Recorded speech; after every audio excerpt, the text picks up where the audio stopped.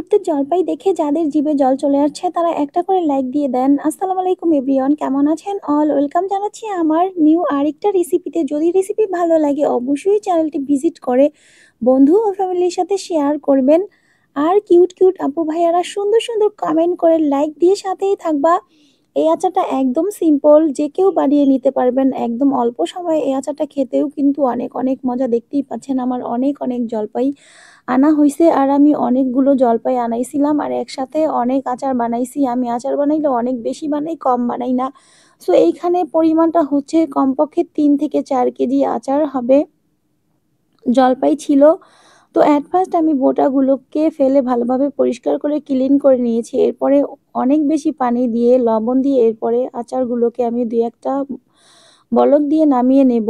এই তো হয়ে গেল, দেখতেই পেলেন আমি ঝুড়ির মধ্যে ঢেলে নিয়েছি। আর এই আচারটা একদম ইজিভাবে ঘরে বসে বানাতে পারেন। এই আচারটা বাচ্চাদের থেকে বড়রাই অনেক বেশি পছন্দ করে। এই আচারটা খেতেও অনেক মজা লাগে। যখন ভালো না লাগবে তখন একটু টক খেতে মন চাইলে এই আচারটা খাওয়া যায়। সো এইখানে আমি বড় একটা হাঁড়ি বসিয়ে দিয়েছি, যেহেতু আচার অনেক বেশি, তো পরিমাণ মতো তেল অ্যাড করে দিচ্ছি।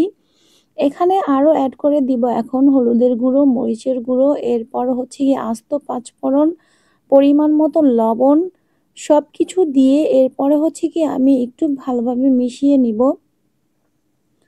আর মিশিয়ে নেওয়ার পরে মশলাটা একটু ভালোভাবে যদি কষিয়ে নিই তাহলে আচারটা খেতে কিন্তু আরও বেশি মজা লাগে। তো এ পর্যায়ে একটু মিশিয়ে দেব।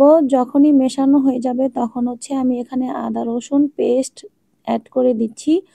আদা রসুন পেস্টটা অ্যাড করার পরে এরপর আবার একটু কষিয়ে নেব ভালোভাবে।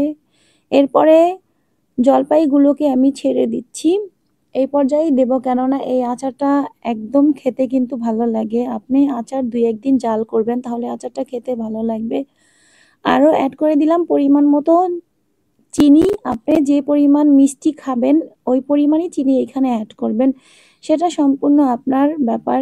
তো এই তো আচার থেকে একদম দেখেন চিনিটা গলে একদম পানি হয়ে গেছে। এখন আমি আচারটা ভালোভাবে মিশিয়ে দিব সামনে থেকে, যেহেতু আচারটা এখন আবার সম্পূর্ণ কমপ্লিট হয়ে গেছে। দেখতেই পেলেন আচারটা সম্পূর্ণ হয়ে গেছে। এখন আমি এর মধ্যে 5 ফোড়ন দিয়ে এরপর নামিয়ে নেব।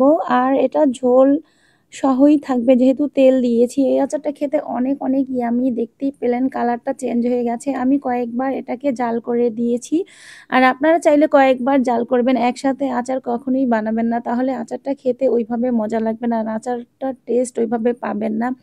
এই জন্য হচ্ছে কি 2-1 দিন জাল করবেন। তো জাল করার পরে আমি এখানে বেশি করে ক্রাশ করা মরিচের গুঁড়ো ও 5 ফোড়ন আমি গুঁড়ো করে নিয়েছি, সেটাই আমি এর মধ্যে দিয়ে ভালোভাবে একটু মিশিয়ে দিচ্ছি। তো আচারটা এই এই পর্যায়ে সম্পূর্ণ কমপ্লিট হয়ে গেছে। এই আচারটা চাইলে আপনি 6 মাস 1 বছর এমনিতেই সংরক্ষণ করতে পারবেন। আমি এখানে কোনো ভিনেগার অ্যাড করি নাই। মাঝে মধ্যে একটু রোদ দিবেন, আর রোদের ব্যবস্থা না থাকলে ফ্রিজে রাখবেন।